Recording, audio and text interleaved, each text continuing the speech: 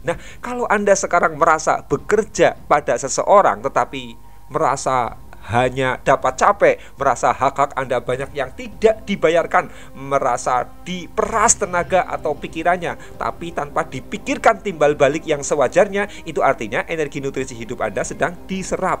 Anda sedang disedot energinya untuk mengkayakan orang lain.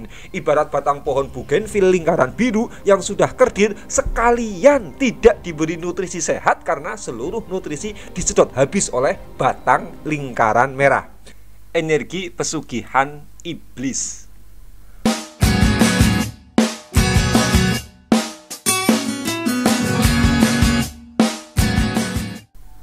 Foto bonsai bougainville yang saya unggah itu 100% karya saya sendiri.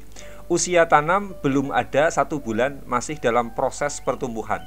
Okulasi kulit kambium saya lakukan sendiri, dan ke depan pembentukan model bonsai pun saya yang akan menggarapnya sendiri. Coba Anda amati betul-betul pertumbuhan hasil okulasi pada batang lingkaran yang berwarna merah. Pada lingkaran yang berwarna merah itu tumbuh subur melampaui batang lainnya, dan yang tumbuhnya paling kerdil hasil okulasi pada batang lingkaran biru. Coba Anda perhatikan antara hasil okulasi batang lingkaran merah dengan batang lingkaran biru.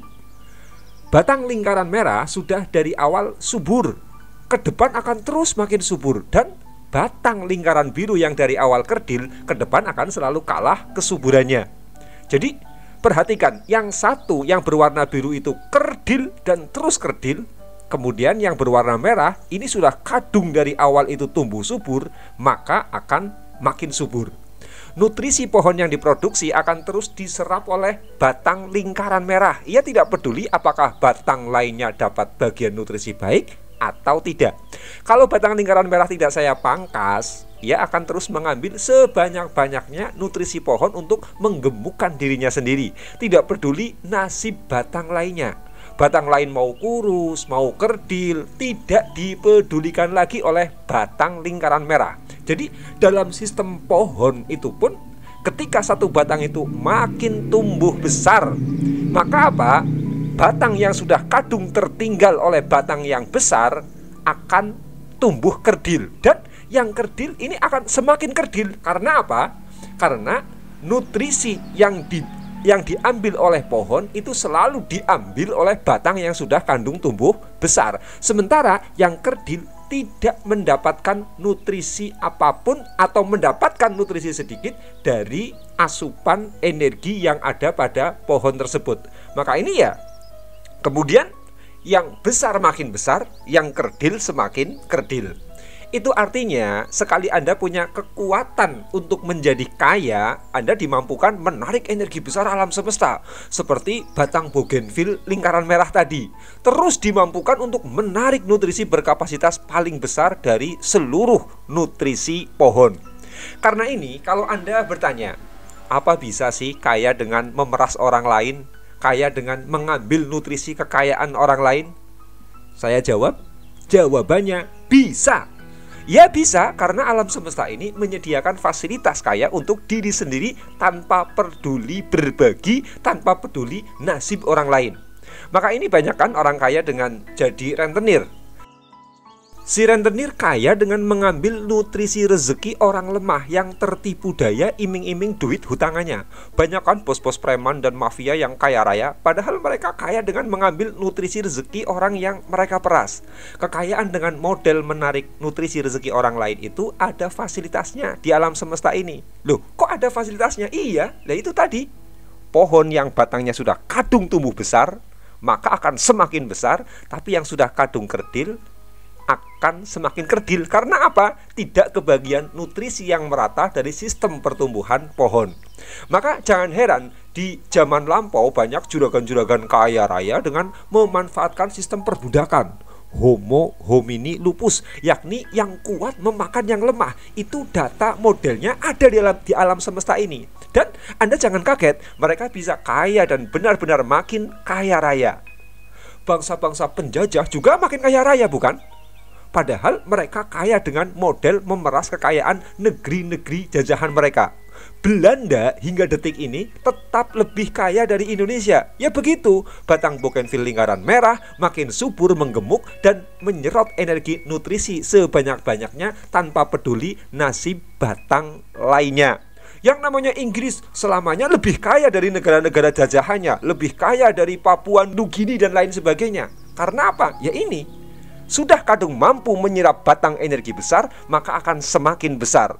Mampu menyerap energi yang lebih kecil, maka dia juga akan semakin kerdil. Makanya negara-negara penjajah itu kemudian jauh lebih maju daripada negara-negara yang dijajah. Kalau mau merata, seharusnya negara-negara yang dijajah itu seharusnya sekarang, karena dulu mereka telah berkorban, seharusnya mereka menjadi negara maju. Kenyataannya tidak. Kenyataannya Belanda lebih maju dari Indonesia. Kenyataannya Inggris lebih maju dari Malaysia, dan seterusnya. Dan lebih sadis lagi, alam semesta ini ada sistem parasit. Ya, ada sistem parasit, yakni organisme yang hidup pada atau di dalam makhluk hidup lain dengan menyerap nutrisi tanpa memberi bantuan atau manfaat lain padanya. Contoh parasit misalnya seperti ini, cacing di dalam perut suatu makhluk hidup dan protozoa plasmodium di dalam darah atau benalu pada pohon. Karena itu para perampok, perompak, penjahat, penjilat, penipu, koruptor, mereka semua bisa kaya raya walaupun dengan membunuh makhluk lain, lalu energi hidup makhluk lain diambil untuk menggemukkan dirinya sendiri. Maka ini yang namanya geng Yakuza, ya, para mafia-mafia pengedar narkoba, mereka sah-sah saja kaya. Mereka bisa kaya raya, dan faktanya geng Yakuza kaya-kaya walaupun mereka dengan cara membunuh makhluk lain, memeras makhluk kepada yang lain, karena mereka adalah kelompok geng dan mereka adalah kelompok mafia. Nah, sekarang Anda mengenal yang namanya istilah ngaji sugih.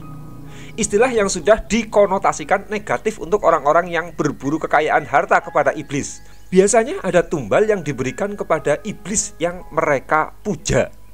Pesugihan iblis seperti itu kan sangat-sangat kurang ajar. Betul-betul kurang ajar. Dia bangun kekayaan untuk dirinya sendiri, sementara orang lain yang harus berkorban menanggung penderitaan. Dan nyata model pesugihan seperti itu banyak yang berhasil. Sadis kan adanya sistem parasit alam semesta ini? Sudah numpang gratis, malah yang ditumpangi dibunuh menggenaskan. Betul-betul kurang ajar. Nah, kalau Anda sekarang merasa bekerja pada seseorang tetapi merasa hanya dapat capek, merasa hak-hak Anda banyak yang tidak dibayarkan, merasa diperas tenaga atau pikirannya, tapi tanpa dipikirkan timbal balik yang sewajarnya, itu artinya energi nutrisi hidup Anda sedang diserap. Anda sedang disedot energinya untuk mengkayakan orang lain. Ibarat batang pohon bougainville lingkaran biru yang sudah kerdil, sekalian tidak diberi nutrisi sehat karena seluruh nutrisi disedot habis oleh batang lingkaran merah. Kalau Anda merasa begitu, kalau bisa segera putus keterikatannya dengan pihak yang menyedot energi Anda. Kalau belum bisa memutus, ya Anda harus hati-hati, harus waspada. Biasanya orang-orang yang punya energi pesugihan iblis dengan menyedot energi yang lain, itu orangnya banyak dibenci orang dan selalu punya konflik sosial. Hidupnya penuh fitnah. Banyak yang membenci dan banyak masalah ruwet. Ia kaya, memang kaya, tapi tidak ada mulianya, tidak berharga di hati orang lain. Kebencian dari orang-orang dalam lingkarannya muncul ya karena siapa sih yang suka kalau diperas? Begitu diperas, secara auto reaksi kebencian muncul. Kebencian ujung-ujungnya melahirkan fitnah. Model kekayaan begitu itu yang disebut harta yang tidak diberkahi. Harta didatangkan tujuannya agar ia makin mulia dan bahagia. Malah sebaliknya, ia makin jadi sampah karena jadi gunjingan dan olokan, dan makin stres karena hadapi banyak masalah tragis. Nah, itu yang seperti itu pesugihan iblis. Sistemnya sistem pesugihan iblis. Lalu siapa orang yang rawan menjadi korban energi pesugihan iblis? Ya, mereka orang yang lemah. Karena itu saya mendidik anak saya, Hisi Bilaura Fasharizan. Kalau ia merasa dinakali temannya, saya suruh Hisi membalasnya. Kalau sakit, balas, jangan takut. Itu saya mengatakan seperti itu sama anak saya. Kenapa saya mendidik demikian kepada anak? Itu untuk memprogram Hisi agar jadi anak kuat, tidak berpikir lemah dan kalah. Sehingga selalu saya tanamkan padanya untuk berani melawan orang-orang yang membuatnya tidak nyaman. Lah, anak kan seharusnya dididik memaafkan, kok malah dididik untuk membalas. Ya bertahap. Nanti setelah Hisi dewasa juga saya ajari memaafkan dan tepo seliro. Untuk sekarang ya ia di masa kanak-kanak, waktunya dipondasi kuat mentalnya untuk tidak berkepribadian lemah. Dan Anda jangan kaget, saya mengajari Hisi kalau marah jangan takut untuk mengamuk. Programnya sama agar pondasi keberanian dan ketangguhan ada di dalam jiwanya. Itu saya lakukan karena saya sadar sepenuhnya alam semesta ini punya sistem homo homini lupus yang lemah menutrisi yang kuat, dan sadis lagi ada sistem parasitnya alias pesugihan iblis. Dan mereka yang mudah menjadi korban energi pesugihan iblis seperti itu adalah mereka yang lemah. Makanya agar saya dan keluarga lepas dari energi-energi pesugihan iblis semacam itu, saya perlu memberikan program ketangguhan kepada anak-anak saya. Anak masih ingusan sudah diajari memaafkan, diajari mengalah, diajari neriman. Ya tidak ada bedanya Anda menanamkan untuk mengalah dari iblis. Nah, karena itu, yang namanya sistem pesugihan iblis itu memang ada di alam semesta ini, di mana seseorang tumbuh energi rezekinya tetapi dengan menyerap energi dari orang lain.